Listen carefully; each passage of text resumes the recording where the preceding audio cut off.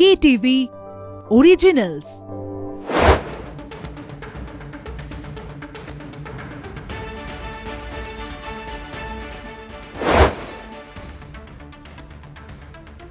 শুরু করছি আজকে stadium bulletin powered by one x bet in association with অ্যাপটি প্লাস। আজকে স্টেডিয়াম বুলেটিনে প্রথম বিষয় যেটা সেটা হচ্ছে পরবর্তী ভারতীয় কোচ কে হতে চলেছেন। মানে ভারতীয় কোচ নির্বাচনকে কেন্দ্র করে যেটা হচ্ছে মনে হচ্ছে যেন রহস্য উপন্যাস পড়ছি, প্রতি পাতায় রহস্য এবং প্রতিদিন নতুন কোনো নাম উঠে আসছে। গৌতম গম্ভীর এই নামটা কিন্তু এবার জোরালোভাবে উঠে আসছে এবং গৌতম গম্ভীর হবেন কি হবেন না সেটা নিয়ে অবশ্যই আলোচনা হবে এবং আরও বেশ কিছু বিষয় আছে, সব নিয়ে আলোচনা করবো আজকে স্টেডিয়াম বুলেটিনে। আমার সঙ্গে রয়েছেন কলকাতা টিভির যুগ্ম সম্পাদক গৌতম ভট্টাচার্য। গৌতম দা, স্বাগত। প্রথম প্রশ্ন আমি তোমাকে করতে চাই যে আইপিএল চলাকালীন টোটাল কটা ছুটি নিলে? দেখতে হবে, মাঝে মাঝে ছুটি নেওয়া ভালো, কারণ একদম ফ্রেশ হয়ে আসা যায়। লাস্ট দুদিন তো আমি তোমায় দেখিনি। লাস্ট একদিন আজকে আবার এসে এখানে আবার শুরু করলাম। ঠিকই বলেছো যে ভারতীয় কোচ নির্বাচনটা প্রায় একটা রহস্য রোমাঞ্চ সিরিজের প্রায় একটা ওটিটির মতো হয়ে যাচ্ছে, প্রতিদিনই নতুন নাম। 27শে মে মানে রবি শাস্ত্রীর জন্মদিনের দিন ভারতীয় তার মধ্যে অ্যাপ্লাই করতে হবে। আমি আশ্চর্য হব না যদি এই ডেটটাকে আরও এক্সটেন্ড করা হয়, কারণ আইপিএল ফাইনাল 26শে মে। আইপিএল ফাইনালের আগে বোঝা যাবে কিনা আমরা জানি না যে কে হচ্ছেন বা তিনিও সময় পাবেন কিনা। গৌতম গম্ভীরের ঘনিষ্ঠ শিবির আজকে আমি যোগাযোগ করেছিলাম, তারা বলছেন তারা কোনো অফার পাননি, অর্থাৎ গম্ভীর কোনো অফার বোর্ডের থেকে আজ পর্যন্ত পাননি। অ্যাজ উই স্পিক কোনো অফার পাননি, হয়তো বোর্ড ঠিক করেছে তাকে দেবে, কিন্তু তিনি কোনো অফার পাননি। তিনি বরঞ্চ তার চুল ছেঁড়ার মতো অবস্থা হচ্ছে যে কাকে দিয়ে তিনি ওপেন করাবেন। কালকে কেকেআরের খেলা আছে, কালকে চেয়ে ইম্পর্টেন্ট যে প্লে অফে, কালকে তো খেলাটা নিয়ম রক্ষার খেলা, কিন্তু প্লে অফে কে ওপেন করবে? সল্ট চলে যাওয়াতে তার টিমের যে মেরুদণ্ডটা যেটা দাঁড়িয়ে থাকে সল্ট আর নারিনের ওপেনিং পার্টনারশিপের উপর, সেই জায়গাটাই এপর ওপর হয়ে যাচ্ছে। সেই জায়গায় কে খেলবেন? নীতিশ রানাকে আনবেন, ভেঙ্কটেশ আয়ারকে আনবেন, গুরবাজকে খেলাবেন? কারণ তুমি যাকে রিপ্লেস করছো সেই লোকটার স্ট্রাইক রেট হচ্ছে 182, অবিশ্বাস্য একটা ইয়েতে খেলে। তুমি যাকে আনবে, গুরবাজ গতবার অ্যাভারেজ 20, 133 স্ট্রাইক রেটে রান করেছে। আমি নীতিশ রানার স্ট্রাইক রেট দেখছিলাম। নীতিশ রানা গতবার 413 রান, কিন্তু স্ট্রাইক রেট অনেক কম। মানে তুমি 120-25 স্ট্রাইক রেটে তুমি কি করে ফিল সল্টকে রিপ্লেস করবে? ফিল সল্ট যদি খেয়াল করে থাকো প্রথম বল থেকে, স্পেশালি ইংল্যান্ডে প্রথম বল থেকে অ্যাটাক করে, ওই যে অ্যাটাকটা করে তার ভিত্তিতে যে জায়গাটা তৈরি হয় সেখান থেকে সুনীল নারায়ণ সেই জায়গাটা ধরে নেয়। এবার এমন কাউকে আনতে হবে যে শুরু থেকে অ্যাটাক করবে এবং অ্যাটাক করে সুনীল নারায়ণের জন্য মঞ্চটা তৈরি করে দেবে। সেই লোকটা কে হবে? গৌতম গম্ভীরের চিন্তা আপাতত তাই। আমি আরেকটা কোচ হিসেবে নাম শুনলাম মহেলা জয়বর্ধনে, তার সঙ্গেও নাকি কথা বলার চেষ্টা হচ্ছে, কারণ ভারতীয় বোর্ড অবভিয়াসলি চায় যে T20 ওয়ার্ল্ড কাপের টিম যাওয়ার আগে মোটামুটি এটা ঠিক করে ফেলতে যে কে হচ্ছে। এমনিতে গম্ভীরের হতে আইডিয়াল এজ 42 বছর বয়স, এটাই সময়। ওর একটা টেক্সটাইলসের ব্যবসা আছে বাবার, এমনিতেও বিত্তশালী পরিবারের ছেলে। সেই ব্যবসাটা গম্ভীর দেখছিলেন, এখন রাজনীতি ছেড়ে দেওয়ার পরও বেশি করে দেখছিলেন। সেই ব্যবসাটা ছেড়ে দিতে হবে। সেকেন্ডলি কেকেআর ছাড়তে হবে। থার্ড, পুরো এতটা সময় তোমাকে টানা দিতে হবে, যেটা এখনকার প্রফেশনালরা দিতে চায় না। কিন্তু গম্ভীর হয়তো জাতীয় দলের প্রতি তার একটা মমত্ব আছে, একটা প্যাশন আছে মারাত্মক। এবং প্রশ্ন হচ্ছে যে টিমের যে বড় মাথা রোহিত শর্মার সঙ্গে খুব ভালো সম্পর্ক, কিন্তু কি হবে বিরাট কোহলির সঙ্গে? আমরা মাঠে দেখেছি যে জড়িয়ে ধরতে, ওরা ঠিক আছে, মাঠে একটা জিনিস আর ক্লোজলি কাজ করলে আরেকটা জিনিস। এগুলো অনেকগুলো ইফস অ্যান্ড বাটস রয়েছে, বাট আবার বলছি যে এখনো চূড়ান্ত না। এবং গম্ভীরের শিবির বলছে যে তারা আজকে অন্তত দুপুর পর্যন্ত তারা কিন্তু কোনো প্রস্তাব পায়নি। হয়তো বোর্ড দেবে প্রস্তাব, হয়তো ওয়েট করে রয়েছে, কিন্তু এখন অবধি পায়নি। এখানেই আলাদা গৌতম ভট্টাচার্য এবং যেখানে বাকি সবকটি সংবাদ মাধ্যম, প্রায় সবকটি সংবাদ মাধ্যম যেখানে বলছেন যে গৌতম গম্ভীরকে অ্যাপ্রোচ করা হয়েছে বিসিসিআইয়ের তরফ থেকে, সেখানে কিন্তু গৌতম দা এই মুহূর্তে ব্রেক করলেন যে আজকে দুপুর পর্যন্ত যা খবর গৌতম গম্ভীরের কাছে কিন্তু এখনো কোনো অফার যায়নি বিসিসিআই তরফ থেকে, হয়তো যাবে, তবে এখনো পর্যন্ত কোনো অফার যায়নি এবং চিত্রনাট্য অনুযায়ী গম্ভীরের চিত্রনাট্যটা মিলে যাচ্ছে, কিন্তু খবরটা তো খবরই ঠিক। গৌতম গম্ভীর কোনো অফার পান, গৌতম গম্ভীর কোনো অফার পাননি এখনো পর্যন্ত, যেটা খবর। এবং তিনি আপাতত তার প্রায়োরিটি কেকেআর এই মুহূর্তে একেবারে। এবং কলকাতা নাইট রাইডার্স দুর্দান্ত পারফর্ম করছে, লিগ টেবিলের শীর্ষে রয়েছে। আইপিএল লিগ শিল্ড যদি হতো তাহলে অবশ্যই জয়ী দলের নাম কেকেআর হতো। এবং গৌতম গম্ভীরের যে পারফরমেন্স যদি বিগত 3 বছর দেখি, তাহলে 2022-2023 লখনৌ সুপার জায়ান্টসের সঙ্গে তিনি ছিলেন, এবং সেই সময় দলকে প্লে অফে নিয়ে যাওয়া, এবং এবার কেকেআর, মানে যে কেকেআর খুব একটা ভালো ফর্মে ছিলেন না গত বছর আমরা জানি, সেই কেকেআর কিন্তু একদম পয়েন্টস টেবিলের শীর্ষে রয়েছে। তাই আরেকটা এই খবরটা চেস করতে গিয়ে আরেকটা টুকরো খবর পাওয়া গেল, যেটা আমরা শোতে মজা করে বলছিলাম, যে আঙুলের চোটের জন্য না মিচেল স্টার্ককে অ্যাকচুয়ালি গম্ভীর একটা ম্যাচে বাদই দিয়েছিলেন। এই খবরটা এখানে বলি, মিচেল স্টার্ক একটা ম্যাচে বাদ পড়েছিলেন। একেবারেই, মানে স্টেডিয়াম বুলেটিন কেন আপনারা দেখবেন বুঝতে পারছেন তো, মানে যেখানে বাকি মিডিয়া এক সুরে কথা বলে সেখান থেকে কিন্তু একটু হাটকে কথা বলে স্টেডিয়াম বুলেটিন। যদি তুমি শোতে আসো তাহলে অবশ্যই। একদমই না, শোতে এখন আসবো, একদম কন্টিনিউ চলতে থাকবে। চেন্নাইতে আইপিএল ফাইনালেও আমরা থাকবো এবং গ্রাউন্ড জিরো রিপোর্টিং হবে। তবে যেটা বলছিলাম যে গৌতম ভট্টাচার্য কোথায় আলাদা বাকিদের থেকে, গৌতম গম্ভীর এখনো পর্যন্ত কোনো অফার পাননি, এবং মিচেল স্টার্ককে কিন্তু ড্রপ করা হয়েছিল, এটাই খবর, এবং যেটা নাকি স্টেডিয়াম বুলেটিনে গৌতম দা এক্সক্লুসিভ বললেন। আচ্ছা, এবং আরেকটা হার্দিক পান্ডিয়া, কিন্তু আমরা যেটা ব্রেক করতে পারিনি বা এখনো বুঝতে পারিনি, হার্দিক পান্ডিয়া কি করে ভাইস ক্যাপ্টেন হলেন ইন্ডিয়ান টিমের, এটা কিন্তু আমরা ব্রেক করতে পারিনি। আমরা বলেছি যে এটা গুজরাট কিনা, কারণ কোনো ক্রিকেটীয় লজিকে ব্যাখ্যা পাওয়া যাচ্ছে না। কালকেও হার্দিক পান্ডিয়া যখন আউট হয়ে ফিরছেন, যেরকম গো ব্যাক ধোনি শুনেছেন, হার্দিক পান্ডিয়া থ্রু আউট প্রথম দিন থেকে শেষ দিন চিত্রনাট্যে কোনো পরিবর্তন হয়নি। হার্দিক পান্ডিয়ার স্টোরিটা কিন্তু রহস্য রোমাঞ্চ সিরিজ নয়, কারণ রহস্য রোমাঞ্চ একটা সাসপেন্স থাকে, এটা টানা একই গেছে, যে রোজ গালাগাল খেয়েছেন এবং কোনোদিন পারফর্ম করতে পারেননি। এবং ভেবে দেখুন, তিনি ভাইস ক্যাপ্টেন হয়ে টি20 বিশ্বকাপে যাচ্ছেন। কোনোদিন রোহিত শর্মা যদি চোট থাকে, শরীর খারাপ থাকে, তিনি ক্যাপ্টেন্সিও করবেন।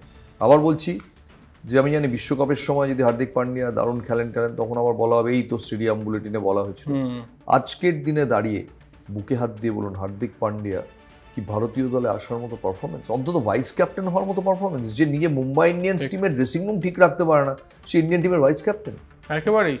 আর গৌতম দাকে কিছুক্ষণের জন্য আমরা ফেলুদা মনে করতে পারি। আমি খালি একটা প্রশ্ন করবো, খুব জানতে ইচ্ছে করছে, যে ভারতীয় দলের অধিনায়ক রোহিত শর্মা এবং নির্বাচক প্রধান অজিত আগারকর এই দুজন নাকি চাননি হার্দিক পান্ডিয়াকে, এটা কি সঠিক? আমি জানি না, এটা আমি নিশ্চয়তা দিয়ে বলতে পারবো না, কিন্তু হার্দিক পান্ডিয়াকে চাওয়ার তো খুব একটা কারণ নেই। মানে হার্দিক পান্ডিয়াকে একটা লোকে চাইবে কেন? তুমি হলে কি চাইতে? বোলিং অলরাউন্ডার, বোলিংয়েও দারুণ কিছু করেননি, জাস্ট অলরাউন্ডার বলেই কি চাইবে? দেশে আরো অলরাউন্ডার আছে। আমি জানি হার্দিক পান্ডিয়ার ওভারঅল যেরকম অবস্থা, একটা হতে পারে যে এত দূরে ওয়াংখেড়ে থেকে সব নিউ ইয়র্কে খেলবেন, কোনো প্রেশার থাকবে না, ওই গালাগাল হবে না, গো ব্যাক হয়তো করবে না। যদিও এখন এইগুলো গ্লোবালি ট্রাভেল করে। আমি তোমায় বলছি, আমি অবাক হবে না যদি গায়ানার মাঠে হার্দিক পান্ডিয়া ক্যাচ মিস করলে ওখানেও গো ব্যাক ওঠে, কারণ এখন সবাই ডিজিটালে দেখতে পায়। কিন্তু কম্পারেটিভলি ওর নিশ্চয়ই মনে হবে যে বাবা এই ভারতবর্ষ ছাড়িয়ে এসছি, এখন আর কেউ আমাকে মানে ব্যারাকিং করছে না। একেবারেই হার্দিক পান্ডিয়া নিয়ে তো কথা চলছেই। এবং একটা কথা বলে রাখি যে মার্ক পাউচার গতকাল রাতে একটা কথা বলেছেন রোহিত শর্মাকে, যে এরপর কি। রোহিত শর্মা ছোট্ট একটা উত্তর দিয়েছেন, এরপর বিশ্বকাপ। মানে হয়তো মার্ক পাউচার জানতে চেয়েছেন পরের মরশুমটা কি আপনি রয়েছেন, তবে এখন তো আমরা কেউই বলতে পারছি না কি হবে, কারণ মেগা অকশন রয়েছে। তবে রোহিত শর্মা খুব মানে সংক্ষেপে উত্তর, ওয়ার্ল্ড কাপ। তো যাই হোক, এরকম ট্রিভিয়া বেরোতেই থাকে স্টেডিয়াম বুলেটিন থেকে। এবং আরেকটা বিষয় সেটা হচ্ছে যে জস বাটলার নেই রাজস্থান রয়্যালসে, আমাদের ফিল সল্ট নেই কেকেআরের, এবং ইরফান পাঠান একটা কথা বলেছেন। ইরফান পাঠান বলেছেন যে হয় পুরো আইপিএল খেলো, নয়তো খেলো না। মানে এই অবস্থায়, যেখানে নাকি প্লে অফ শুরু হবে 21শে মে থেকে, তারপরে ফাইনাল রয়েছে, এই অবস্থায় কি প্লেয়াররা চলে যাচ্ছে। এবং তারপর আমরা দেখতে পাচ্ছি রাজস্থান রয়্যালসের অবস্থা, এবং পাঞ্জাবের বিরুদ্ধেও সেই ম্যাচটা হারতে হয়েছে। প্রথমটা ইরফান পাঠানের এই মন্তব্যটাকে অবশ্যই। জোস বাটলার, আমি আজকে দেখছিলাম 359 রান করেছেন জোস বাটলার, হ্যাঁ। এবং তোমার আজকে যদি তুমি ফিল সল্টের রান দেখো 435। দুটো টিম থেকে দুটো লোক নেই, একজন 435 করেছে, একজন 359 করেছে। এটা তো একটা প্রহসন হয়ে যাচ্ছে, একটা জোক, যে তুমি যারা তোমার মেন টিমটাকে টেনেছে তাদের চলে যেতে হচ্ছে। আমার মনে হয় যে ফ্র্যাঞ্চাইজিগুলোর কমিটমেন্ট অবশ্যই নেওয়া উচিত দেশের বোর্ড থেকে, যে হয় বাবা পুরোটার জন্য দাও অথবা দিওই না। ঠিক। এবং যখন ওই অকশন হবে তখন যেন অ্যানাউন্সমেন্টটাও হয় যে অমুক Phil Salt only available up to semifinals ও আপ টু প্লে অফ। মানে এটা ওই অ্যানাউন্সমেন্টটা হলে না দরদামের বাজারটাও ঠিকঠাক কন্ট্রোল হবে। আদারওয়াইজ অনেকে জাস্ট ক্যারেড অ্যাওয়ে হয়ে গিয়ে ডেকে দিল। তাদের জানা উচিত কতদিন এদের অ্যাভেলেবল, কারণ এটা তো খুব ইম্পর্টেন্ট ক্রুশিয়াল ব্যাপার যে তুমি পুরোটা অ্যাভেলেবল, কেউ পার্টলি অ্যাভেলেবল, সেটা তোমায় বলতেই হবে। একদমই। এরপর আন্দ্রে রাসেলেরটাও কিন্তু ডাইসি, মানে কি হতে চলেছে। 222 রান তিনি করেছেন এখনো পর্যন্ত, 15টি উইকেট নিয়েছেন এই আইপিএলে। তিনিও যদি চলে যান একটা কোয়ালিফায়ার খেলে, তাহলেও কিন্তু মানে কেকেআর এর জন্য খুব চাপ হয়ে যাবে, এবং সেই শূন্যতাকে ভরাট করবে সেটা অবশ্যই মেন্টার জানেন গৌতম গম্ভীর, যিনি এখন ট্রেন্ডিং। তো যাই হোক, ক্রিকেট নিয়ে তো আলোচনা হচ্ছে, তবে এবার একটু ক্রিকেট থেকে আসবো টেবিল টেনিসে। টেবিল টেনিসে একজন বাঙালি খেলোয়াড়কে নিয়ে এই মুহূর্তে কিন্তু তুমুল বিতর্ক, এবং তার নাম অলরেডি আপনারা জেনে গিয়েছেন, ঐহিকা মুখোপাধ্যায়। এবং তিনি কিছুদিন আগে বিশ্বের 1 নম্বর টেবিল টেনিস খেলোয়াড়কে হারিয়েছেন। এবং তারপর যেটা টুইস্ট সেটা হচ্ছে যে প্যারিস অলিম্পিক্সের জন্য তাকে কিন্তু রাখা হয়নি। আমি বলে দিচ্ছি যে মহিলাদের দল হয়েছে, সেই দলে কারা কারা রয়েছেন: মনিকা বাত্রা, সৃজা আকুলা এবং অর্চনা কামাত। এই 3 জন রয়েছেন মহিলাদের দলে, এবং পরিবর্তন হিসেবে ঐহিকা মুখোপাধ্যায়। মানে যদি এই 3 জনের মধ্যে কেউ চোট পান বা কোনো কারণে খেলতে না পারেন, তাহলে ঐহিকা মানে সাবস্টিটিউট হিসেবে এখানে রয়েছেন, এবং এটা নিয়ে কিন্তু তুমুল বিতর্ক। গৌতম দা, না বিতর্ক তো এটা মিডিয়ায় হচ্ছে। প্রথমত ঐহিকা, তুমি যেটা বললে, ওয়ার্ল্ড চ্যাম্পিয়নকে ব্রাজিলে হারিয়েছেন। আমি জানি না ব্রাজিলের বুকে দাঁড়িয়ে কজন ভারতীয় স্পোর্টসম্যান অটোগ্রাফ দিয়েছে। আমি জানি সচিন টেন্ডুলকার যখন 2014 ওয়ার্ল্ড কাপে গিয়েছিলেন, সচিন বোধহয় কিছু অটোগ্রাফ সই করেছিলেন, সেলফি তুলেছিলেন। ঐহিকা মুখার্জি মার্চে যখন বিশ্ব চ্যাম্পিয়নকে হারান, দাঁড়িয়ে ব্রাজিলিয়ানরা তার অটোগ্রাফ নিচ্ছিলেন। এমন একজন যিনি এশিয়ান গেমস থেকে তিনি এবং সুদীপ্ত মুখার্জি ব্রোঞ্জ এনেছেন, তাকে কেন চলে যেতে হলো না? এটা টিটিএফআই এর একটা অদ্ভুত নীতি যে তুমি র্যাঙ্কিং অনুযায়ী তোমার প্রথম 3 জন আমি নির্বাচন করবো র্যাঙ্কিং অনুযায়ী। আচ্ছা, মজা হচ্ছে এই র্যাঙ্কিংটা যদি ইকুয়াল খেলা খেলে হতো তাহলে সেই র্যাঙ্কিংয়ের একটা মানে থাকতো। অর্থাৎ আমি বললাম যে আমি আইপিএল এর বিচারে আমি মনে করছি যে রিঙ্কু সিং কেকেআরের প্রথম 3 জনের মধ্যে আসে না, ব্যাটসম্যানের মধ্যে, কারণ সবাই ইকুয়াল চান্স পেয়েছে, ওর ব্যাটিং পারফরমেন্সটা নিচের দিক। এটা কিন্তু তা নয়। এটা হচ্ছে টেবিল টেনিসে তুমি নিজের খরচে বিভিন্ন জায়গায় বিশ্বে খেলতে যাবে, এবার সেইখানে তুমি যত বেশি খেলবে তোমার র্যাঙ্কিং তত উঠবে। অর্থাৎ তোমার র্যাঙ্কিং বা খেলতে যাওয়াটা নির্ভর করছে তোমার সামর্থ্য কতটা আছে তার উপরে। ঐহিকা মুখার্জি বাংলার মধ্যবিত্ত, নিম্ন মধ্যবিত্ত একটা টেবিল টেনিস কাঠামো থেকে উঠে এসেছেন। তিনি কি করে বিশ্বে কতদিন করে নিজের পয়সায় ঘুরে বেড়াবেন? আর সবচেয়ে আশ্চর্য লাগছে আমার যে এরকম একজন যে বড় টুর্নামেন্টে সবসময় জায়েন্ট কিলার, তাকে নেওয়া হলো না এখনো পর্যন্ত রাজ্য টেবিল টেনিস সংস্থা বা বেঙ্গল অলিম্পিক অ্যাসোসিয়েশন, যার প্রেসিডেন্ট বাবুন ব্যানার্জি একটা কথা বলেন। এত বড় একটা অবিচার হচ্ছে। তুমি বাংলার এই মুহূর্তে, আমি তো মনে করি ঐহিকা মুখার্জি বাংলার সেরা স্পোর্টসম্যানদের একজন, আন্তর্জাতিক লেভেলে যা পারফরমেন্স, তাকে নেওয়া হলো না। কোথাও কোনো মোর্চা বেরোয়নি, কেউ কোনো স্টেটমেন্ট দেননি। এত কথা হয়, এত ফাংশন হয়, ক্রীড়া দিবস, এত কিছু কোথায়? এটা তো বাংলা অলিম্পিক সংস্থার প্রতিবাদ করা উচিত যে এই মেয়েটা জাস্ট বিকজ ও নিজের পয়সায় যেতে পারেনি, আমরা স্পন্সর দিতে পারিনি। স্পন্সররা ক্রিকেট ফুটবলে থাকেন, স্পন্সররা দেবেন না। স্পন্সররা বিদায়ী সুনীল ছেত্রীর জন্য টাকা দেবেন, এই বাচ্চা মেয়েটির জন্য টাকা দেবেন না। সেই অবস্থায় একটা প্রতিবাদ হবে না? কেউ বলবে না যে হচ্ছেটা কি, টিটিএফআই করছোটা কি? জাস্ট র্যাঙ্কিং দেখে যদি তুমি টিম সিলেকশন করো তাহলে তো সিলেক্টর দরকার নেই, একটা মেশিনই করে দিতে পারে। যদি ব্লাইন্ডলি র্যাঙ্কিং, তুমি তো দেখবে যে বড় স্টেজে কে পারফর্ম করেছে। ঐহিকা মুখার্জি একটা ইনস্টাগ্রাম পোস্ট বোধহয় করেছেন, আমি দেখলাম, সেটাতে লেখা যে একটা কোথায় আমি দেখছিলাম যে ঐহিকা বেসিক বক্তব্য হচ্ছে যে survive too many storms to be bothered by raindrops. মানে অনেক ঝড় সামলেছি, বৃষ্টির জলে কিছু আসে যায় না। কিন্তু আমার মনে হয় যে বৃষ্টির জলে আসে যায়, কারণ তার নাম প্যারিস অলিম্পিক্স। অলিম্পিক্সটা 4 বছরে একবার আসে। এটা কিন্তু বৃষ্টির জল না, এটা ঝড়। এবং আশা করব যে প্রতিবাদ হবে, table tennis federation of India নড়ে চড়ে বসবে এবং ঐহিকা মুখার্জিকে তার যোগ্য জায়গা ফেরত দেওয়া হবে। কারণ রিঙ্কু সিং স্ট্যান্ড বাইতে তার তবু একটা ব্যাখ্যা আছে যে অন্যদের মতো রিঙ্কু সিংয়ের এবছরও রান নেই, কিন্তু ঐহিকা মুখার্জি স্ট্যান্ড বাইতে কেন সুতীর্থা মুখার্জির নামই থাকবে না?